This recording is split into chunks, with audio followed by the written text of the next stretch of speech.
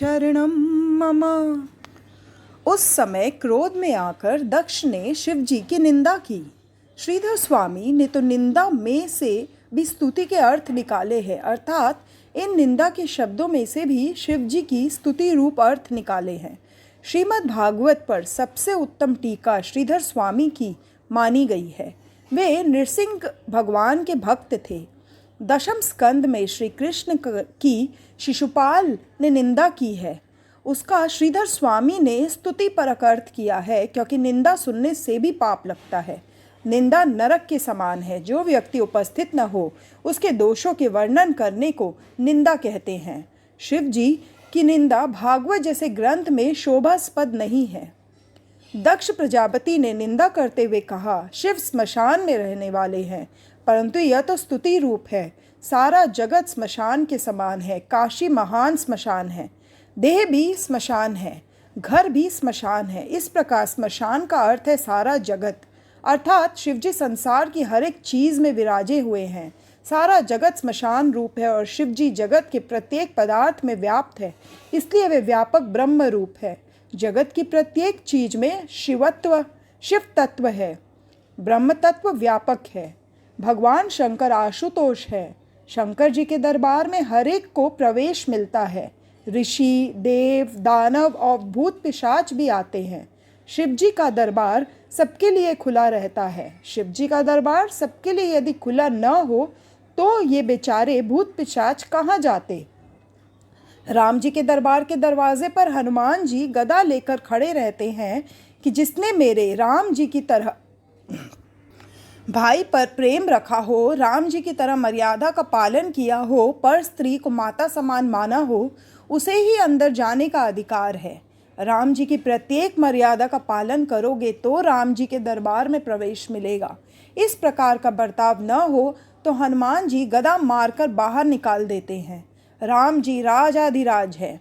उनके दर्शन रात्रि के 12 बजे के बाद नहीं होते। शिव जी के दर्शन जिस समय चाहो उसी समय हो सकते हैं। शिव जी कहते हैं कि तुझे जब भी समय मिले तब आ, मैं ध्यान धर कर बैठा हूँ। कृष्ण के दरबार की बात दशम स्कंद में आती है। कन्हैया कहता है, मेरे दरबार में आना हो तो साड़ी पहननी पड़ेगी, नाक में बाली पहननी पड़ेगी। वह कहता है कि मेरे दरबार में आना हो तो गोपी बनो, गोपी बनकर आओगे तो मेरे दरबार में प्रवेश मिलेगा। जिसकी अपेक्षा कम होती है वह उदार बन सकता है। एक बार कुबेर भंडारी शिवजी से पूछते हैं, आपकी क्या सेवा करूं? शिवजी कहते हैं, जो दूसरों के पास से सेवा मांगता है और लेता है वह वैष्णव नहीं है, दूसरों की सेवा करता है वह वैष्णव है। मेरी तरह नारायण नारायण करो। श्री कृष्ण शरणम मम। माता जी ने, पार्वती जी ने कुबेर से कहा, मेरे लिए स्वर्ण महल बना दो। कुबेर ने स्वर्ण महल बनवा दिया।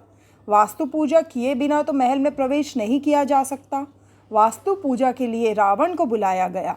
रावण ने वास्तु पूजा कराई। शिवजी ने रावण से कहा, जो मांगना हो वह मांग लो। रावण कहता है, यह अपना महल ही मुझे दे दो।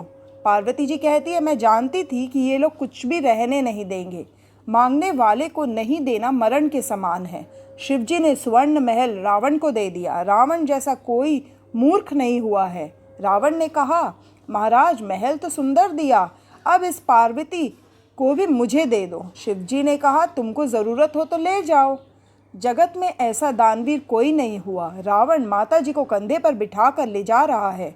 पार्वती ने श्री कृष्ण का स्मरण किया। श्री कृष्ण ग्वाल बनकर मार्ग में आए। उन्होंने रावण से पूछा, तुम किसे ले जा रहे हो? रावण बोला, शंकर भगवान ने मुझे पार्वती दे दी है। श्री कृष्ण ने कहा, तू कितना भोला है। शिवजी क्या तुझे पार्वती दे देंगे? असल पार्वती को तो वे पाताल में छिपा कर रखते हैं। यह तो तुमको पार्वती की दासी दे दी है। दासी देकर तुमको बहला दिया है। असल पार्वती की देह में से तो कमल की सुगंध आती है। इसके शरीर में से क्या ऐसी सुगंध आती है? रावण दुविधा में पड़ गया। पार्वती जी की रावण के साथ जाने की इच्छा नहीं थी। उन्होंने शरीर में से दुर्गंध निकाली। रावण ने उसी जगह पार्वती को छोड़ दिया। रावण चला गया। बाद में प्रभु ने उसी जगह माता की स्थापना की। वही द्वैपायनी देवी है। दक्ष बोला, शिव स्वेच्छाचारी तथा गुणहीन है। प्रकृति के कोई भी गुण शिवजी में नहीं है, अतः वे निर्गुण ब्रह्म विधि निषाधित परमात्मा है। शास्त्र की प्रवृत्ति, विधि निषेध की प्रवृत्ति अज्ञानी जीव के लिए है, शिवजी के लिए नहीं। दक्ष प्रजापति ने कहा, आज से किसी भी यज्ञ में दूसरे देवों के साथ शिव को आहुति नहीं दी जाएगी। श्रीधर स्वामी ने अर्थ किया है, सब देवताओं के साथ नहीं, शिवजी सभी देवों से श्रेष्ठ हैं, अतः महादेव है। इतर देवों से पहले शिवजी को आहुति दी जाएगी और यज्ञ के बाद जो बचेगा वह भी समाप्ति में शिवजी को दिया जाएगा। शिव पुराण में कथा है, शंकर और पार्वती की शादी हो रही थी। विवाह के समय 3 पीढ़ी का वर्णन करना पड़ता है। शिवजी से कहा गया कि अपने पिता का नाम बताइए। शिवजी सोच में पड़ गए, मेरे पिता कौन? महारुद्र, शिव का जन्म नहीं है। नारद जी ने कहा, बोलो मेरे पिता ब्रह्म है। शिवजी ने कहा, मेरे पिता ब्रह्म है। फिर पूछा गया, तुम्हारे दादा कौन है? शंकर बोले, विष्णु दादा। श्री कृष्ण शरणम मम। फिर पूछा गया, आपके परदादा कौन है? यह सुनकर शिवजी बोले, मैं ही सबका परदादा हूँ। जगत पितरो वंदे पार्वती परमेश्वरो। शिवजी महादेव है। सूत जी वर्णन करते हैं, राजन, शिवजी के मस्तक में ज्ञान रूपी गंगा थी, निंदा सुनकर भी सहन कर ली। शंकर के मस्तक में ज्ञान गंगा है, श्री कृष्ण के चरणों में ज्ञान गंगा है, अतः वे शिशुपाल की निंदा सहन करते हैं।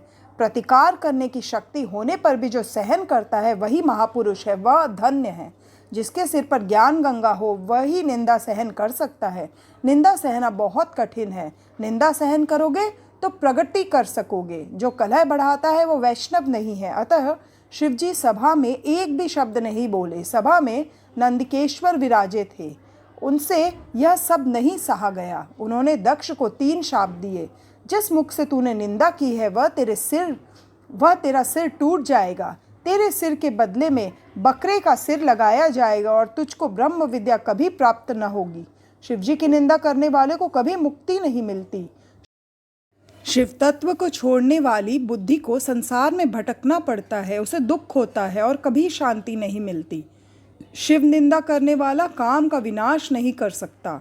शिवजी कहते हैं, तुम क्यों श्राप दे रहे हो? शिवजी ने सोचा, मैं नहीं बोलूँगा तो नंदिकेश्वर दूसरे देवों को भी शाप देंगे।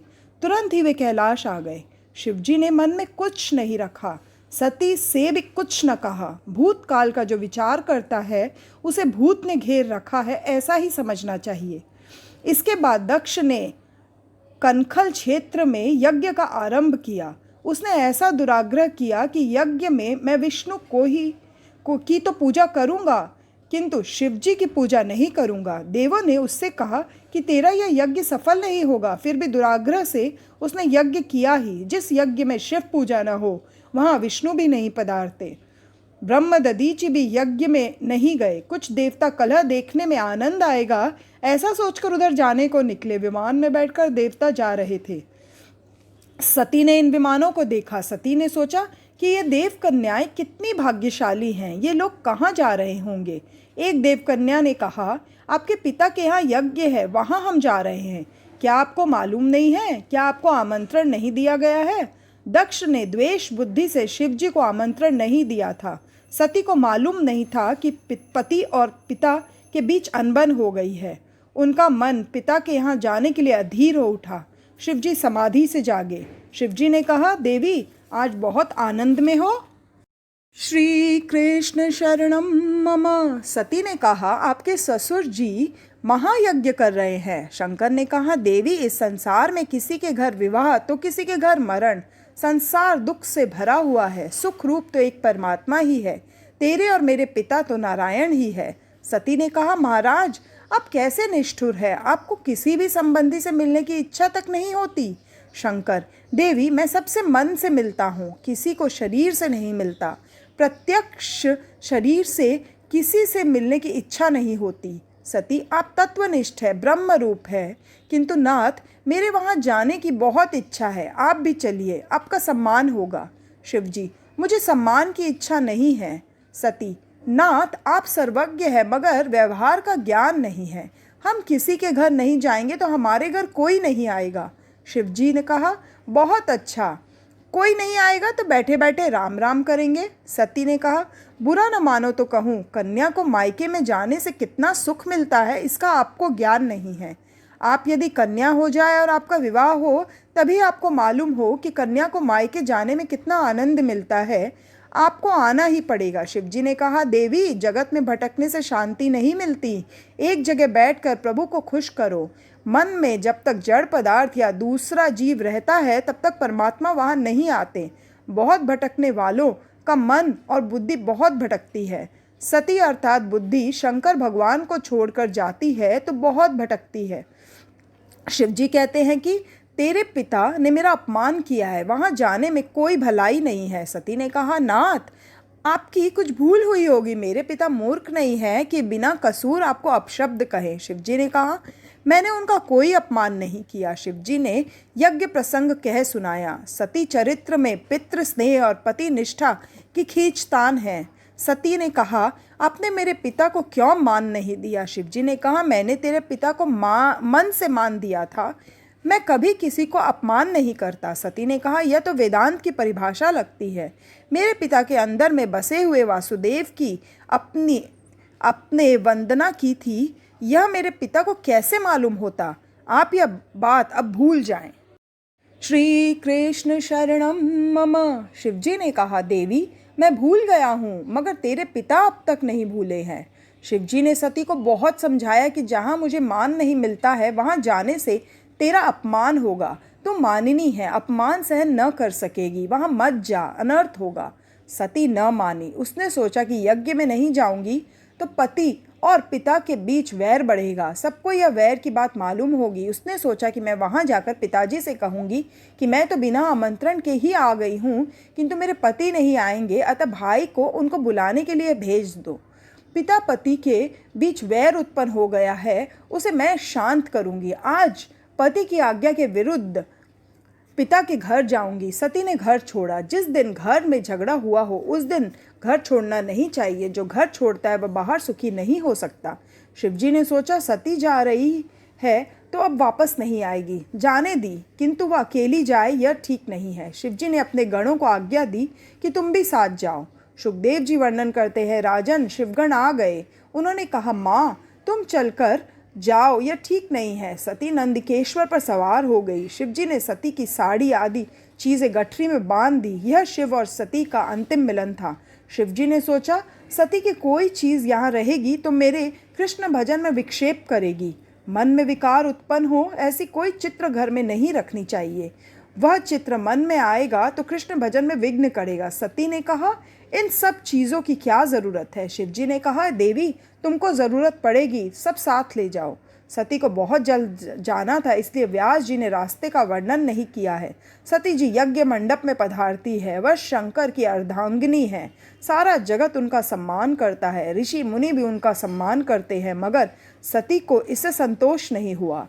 आदि शक्ति जगदम्बा ने दक्ष को प्रणाम किया। सती को देखकर दक्ष क्रोधित हुआ। यह गरबा क्यों इधर आई है? और यह कहकर उसने मुंह फेर लिया। दक्ष दक्ष नहीं, अदक्ष है। शिव महिम्न स्तोत्र में लिखा है, कृगा दक्षो दक्ष क्रतुपतिरधिशस्तनुमृता मृषोणमार्तिवज्यं शरण दस्यासुरगणा क्रतुभंशस्त्वत कतुफलविधानव्यसनिनो ध्रुवं कर्तु श्रद्धा विदुरमभिचाराय ही मखा। श्रीधर स्वामी ने कहा है, क्रिया दक्ष अपि अदक्ष मूर्ख। दक्ष क्रिया दक्ष नहीं अपितु क्रिया अदक्ष था। श्री कृष्ण शरणम मम। सती सोचती है, मेरे पिताजी मेरे सामने भी नहीं देखते, मेरी अब यहाँ रहने की इच्छा नहीं है, मैं घर जाऊंगी। शिवजी उदार है, वे मुझे स्वीकार करेंगे। माता सती यज्ञ मंडप में भ्रमण करती है। सब देवताओं की स्थापना की गई है, केवल शिवजी की स्थापना नहीं थी। सती ने देखा कि यज्ञ में सब देवताओं को यज्ञ भोग दिया गया है, परंतु शिवजी को नहीं दिया गया है। शिवजी के लिए आसन भी नहीं रखा था। आज ईशान दिशा खाली थी। दक्ष प्रजापति ने सती का अपमान किया, पर वह सती ने सहन किया, परंतु सती से अपने पति का अपमान न सहा गया। सती को बहुत दुख हुआ। जगदम्बा क्रोधित हुई। सिर पर बंधी हुई फूलों की वेणी भी छूट गई। यह देखकर देवता माता जी का वंदन करने लगे और बोले, माता जी, क्रोध न कीजिए। सती कहती है, आप घबराइए नहीं, अब मैं क्रोध अपने शरीर पर करूँगी। इस शरीर से मैंने पाप किया है, पति की आज्ञा को मैंने भंग किया है, इस शरीर को अब मैं जला दूंगी। सभा में जगदम्बा ने 13 श्लोकों में भाषण दिया। अरे तेरे जैसा विषयी शिव तत्व को क्या जानेगा? जो शरीर को आत्मा मानता है वह शिव तत्व को क्या जाने? बड़े बड़े देवता शिव के चरणों का आश्रय लेते हैं। शिव कृपा के बिना कृष्ण भक्ति सफल नहीं होती। प्रवृत्ति निवृत्ति से परे होकर स्वरूप में मग्न रहने वाले शिवजी पर ब्रह्म परमात्मा है। मुझे दुख हो रहा है कि शिव निंदा करने वाले दक्ष की पुत्री हूँ। सती उत्तर दिशा के प्रति मुख रखकर बैठी है, देह को छोड़ने के लिए योग मार्ग में स्थिर होकर बैठी है। शिवजी का ध्यान करते करते उन्होंने शरीर में अग्नि तत्व की भावना की है। अंदर से क्रोधाग्नि बाहर आई, शरीर जलने लगा। आदि शक्ति जगदम्बा का अपमान हुआ। अब दक्ष का कल्याण नहीं। नारद जी कैलाश में शिवजी के पास पधारे हैं। भगवान शंकर सनकादि ऋषियों को ब्रह्म विद्या का उपदेश कर रहे हैं। नारद जी कथा में बैठे हैं। वे सोच रहे हैं कि शिवजी कैसे भोले हैं। सती ने शरीर को जला दिया, फिर भी उनको दुख नहीं हुआ। नारद जी रो रहे हैं। वे शिवजी से कह रहे हैं, आप विदुर हो गए हैं, आपका अपमान हुआ, वह सती से नहीं सहा गया। सती ने अपना देह जला डाली है। आदि शक्ति का नाश नहीं होता। सती सदृश्य रूप से शिव में मिल गई है। नारद जी कहते हैं, आप इन लोगों को दंड दीजिए। शिवजी कहते हैं, मुझे किसी को भी सजा नहीं देनी है। जो गंगा जी को सिर पर रखता है उसे क्रोध कैसे आएगा? शिवजी परमात्मा है, उन्हें क्रोध नहीं आ सकता, काम कष्ट नहीं दे सकता। श्री कृष्ण शरणम मम। बहुत सरल मनुष्य को जगत में लोग दुर्बल मानते हैं। नारद जी ने जब कहा कि आपके गणों को मारा गया है, तब वे कुछ क्रोधित हुए। उन्होंने जटा से वीरभद्र को प्रकट किया। शिवजी ने उससे कहा, दक्ष प्रजापति के यज्ञ का यजमान सहित तुम नाश कर दो। वीरभद्र वहां आए। उसने बड़ा संहार किया। यज्ञ भूमि स्मशान भूमि बन गई। यज्ञ का विध्वंस हुआ। दक्ष को पकड़कर उसका मस्तक अलग कर दिया गया। देवता घबरा गए। वे ब्रह्मा जी की शरण में गए। ब्रह्मा जी ने सबको उपालंब दिया कि जिस यज्ञ में शिवजी की पूजा नहीं होती थी वहां तुम क्यों गए? जाओ, जाकर शिवजी से क्षमा याचना करो। देवता कहते हैं, हमारी अकेले जाने की हिम्मत नहीं है, आप हमारे साथ चलिए। भगवान शंकर की कृपा के बिना सिद्धि नहीं मिलती। कैलाश की तलहटी में सिद्ध महात्माओं के आश्रम है। सब देवता कैलाश में आते हैं। महादेव जी ब्रह्मदेव जी को साष्टांग प्रणाम करते हैं। देवता सब शिव को नमन करते हैं। ब्रह्मा जी हंसते हुए कहते हैं, यज्ञ को उत्पन्न करने वाले आप हैं और विध्वंस करने वाले भी आप ही हैं। अतः अब यज्ञ परिपूर्ण हो ऐसा कीजिए, आप भी वहाँ पधारिए। शिवजी कहते हैं, आने के लिए तैयार हो गए। यज्ञ मंडप में रुधिर की नदियाँ बहती देखी तो वीरभद्र को उल्हाना दिया। मैंने तो तुझे शांति से काम लेने के लिए कहा था। वीरभद्र क्षमा याचना करता है। दक्ष के धड़ पर बकरे का सिर लगाया गया। बकरा अति कामी होता है। शिवजी की निंदा करने वाला दूसरे जन्म में बकरा बनता है। अज का दूसरा अर्थ है परब्रह्म। दक्ष ने धड़ पर अज का मस्तक रखा गया, अर्थात दक्ष को परब्रह्म दृष्टि प्राप्त हुई। अज मस्तक का अर्थ है ब्रह्म दृष्टि। दक्ष होश में आया और शिव की स्तुति करने लगा। दक्ष प्रजापति ने शिव पूजन किया। उसने कहा, मैं अपनी पुत्री सती का दर्शन करना चाहता हूँ। शिवजी ने सती से पूछा, तू बाहर आना चाहती है? जगदम्बा ने इनकार कर दिया। शिव पूजन किया गया तो कृष्ण भगवान प्रकट हुए। कृष्ण का मत है कि शिव में और मुझ में जो भेद रखता है वह नरकगामी होता है। इस सिद्धांत का भागवत में अनेक बार वर्णन किया गया है। हरि और हर में दक्ष ने जो भेद किया था वह अब दूर हो गया। एकनाथ महाराज ने भावार्थ रामायण में हरिहर का अभेद दिखाया है। सत्वगुण का रंग श्वेत है, तमोगुण का रंग काला है। विष्णु भगवान सत्वगुण के स्वामी हैं, अतः उनका रंग श्वेत होना चाहिए, फिर भी वे गौर हैं। ऐसा क्यों हुआ? विष्णु काले और शिवजी गोरे? एकनाथ जी महाराज लिखते हैं कि शिवजी सारा दिन नारायण का ध्यान करते हैं और नारायण सतत शिवजी का ध्यान करते हैं, इसलिए शिवजी को श्वेत रंग मिला और नारायण को शिवजी का काला रंग मिला। श्री कृष्ण शरणम मम। इस प्रकार ध्यान में ऐसे गुण हैं कि जो जिसका ध्यान करता है उसे उसका वर्ण मिल जाता है, अतः दोनों में अभेद है। हरि हर एक है। शिव कृपा के बिना सिद्धि नहीं मिलती। ब्रह्म विद्या भी शिव कृपा के बिना नहीं मिलती। शिव तत्व एक ही है, यह जीव मात्र को बताने का भगवान का उद्देश्य है। जीव मात्र को शिव जी से मिलने की इच्छा होती है। निवृत्ति धर्म के आचार्य है शिव जी और प्रवृत्ति धर्म के आचार्य है श्री कृष्ण। सब प्रकार की प्रवृत्ति में होने पर भी प्रवृत्ति का जरा भी रंग न लगे, इसका आदर्श श्री कृष्ण ने जगत को दिखाया है। दक्ष के यज्ञ प्रसंग में देखा कि अनन्य भक्ति का अर्थ यह नहीं है कि एक ही देव की भक्ति करो और दूसरे की नहीं। अनेक में एक ही देव का दर्शन करो, भक्ति का यही अर्थ है। प्रभु सर्वव्यापक है, जो सर्व में प्रभु का दर्शन करे वही उत्तम वैष्णव है। अपने एक इष्ट देव में परिपूर्ण भाव रखना और दूसरे देवों को अपने इष्ट देव का अंश मानकर वंदना करना। पत्नी अनन्य भाव पति में रखती है और दूसरे संबंधियों से सामान्य प्रेम रखती है। कई वैष्णव कहते हैं कि हम शिव जी का पूजा करेंगे तो हमको अनाश्रय का दोष लगेगा। यह भूल है। 5 देव एक ही हैं, उनमें भेद बुद्धि मत करो। शिव और पार्वती के विवाह के समय भी श्री गणेश का पूजन किया गया था। गणपति भी ब्रह्म रूप है, वे तो नित्य है, परंतु पार्वती के यहाँ उनका अवतार हुआ था। भले ही इन सबकी भक्ति करो, परंतु यदि बाल कृष्ण की सेवा न करोगे तो सभी पूजा निष्फल होगी। बाल कृष्ण प्रेम का दान करते हैं। इस प्रेम के बिना ज्ञान शुष्क है, प्रेम के बिना ज्ञान की शोभा नहीं। दक्ष प्रजापति ने यज्ञ किया, मगर उसने भेद बुद्धि रखने के कारण शिवजी की पूजा नहीं की, अतः उसके यज्ञ में विघ्न आया। यह शरीर पंचायतन है, पंच तत्वों का यह शरीर रचा हुआ है। एक तत्व का एक एक देव है। इस पंचायतन के 5 प्रधान देव निम्न हैं। पृथ्वी तत्व गणेश। गणेश की उपासना से विघ्नों का नाश होता है। गणेश विघ्नहर्ता है। गणेश पूजन से तुम्हारे सत्कार्य में विघ्न नहीं आएगा। जल तत्व शिव। शिव की उपासना करने से ज्ञान मिलता है। तेज तत्व सूर्य। सूर्य की उपासना हमें निरोगी बनाती है। आरोग्यम भास्करात् इच्छेत्। पृथ्वी पर सूर्य प्रत्यक्ष साक्षात देव हैं। एक नास्तिक ने मुझसे भगवान के दर्शन करने के लिए कहा।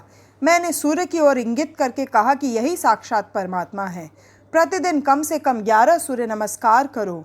नमस्कार प्रियो भानु, जलधारा प्रियो शिव, अलंकार प्रियो कृष्ण, ब्राह्मणो मोदक प्रिय। श्री कृष्ण शरणम मम। वायु तत्व माता। माता पार्वती की उपासना धन देती है। आकाश तत्व विष्णु। विष्णु की उपासना प्रेम देती है और प्रेम बढ़ाती भी है। सूर्य की पूजा से तुम्हें अच्छा आरोग्य मिलेगा। शिव जी के पूजन से तुम्हें ज्ञान लाभ होगा। पार्वती की पूजा से संपत्ति होने पर भी प्राप्त होगी। बुद्धि, शरीर, संपत्ति के होने पर भी श्री कृष्ण की सेवा न करोगे तो बात नहीं बनेगी। श्री कृष्ण प्रेम दाता है। द्वारिकाधीश की सेवा स्मरण में तन्मय होने के बाद यदि प्रजापति दक्ष ने शिवजी की पूजा छोड़ दी होती तो कोई हर्ज नहीं था, किंतु उसके दिल में वैर भाव था। उसने कुभाव से यज्ञ किया, अतः वह यज्ञ पाप रूप हुआ। जीव ही दक्ष है और सद्गुरु शिवजी है। शरीर को सादगी में रखो। शरीर एक मुट्ठी भर भस्म है, अतः उसका अनावश्यक श्रृंगार और लालन छोड़ दो। यही है शिवजी का उपदेश। इसलिए तो वे अपने शरीर पर भस्म लगाते हैं। शरीर का श्रृंगार छोड़ दो।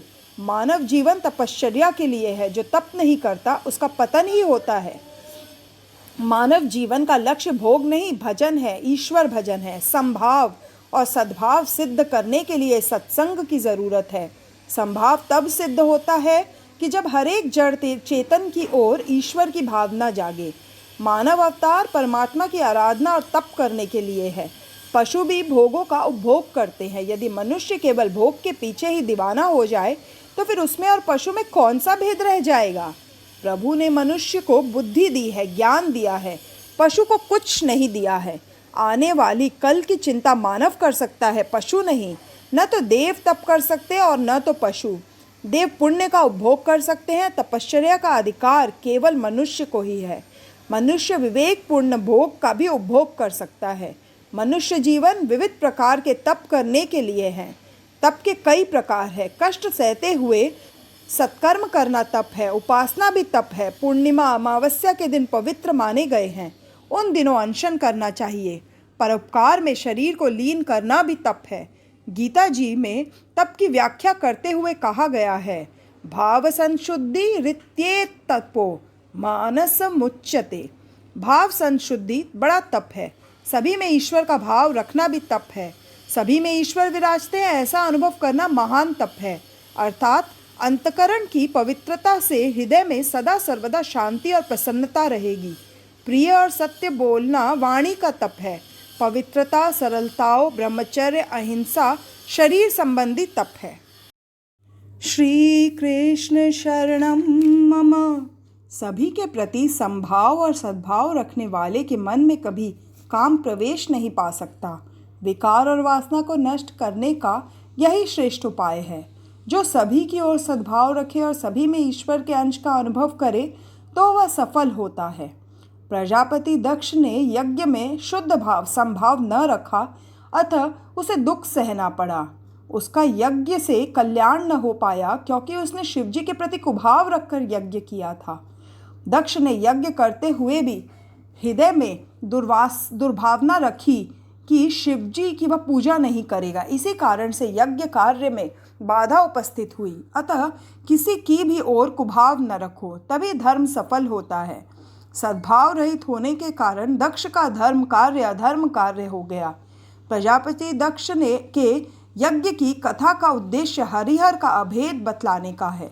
शिव चरित्र की यह कथा वक्ता और श्रोता के पापों को भस्मीभूत करने वाली है।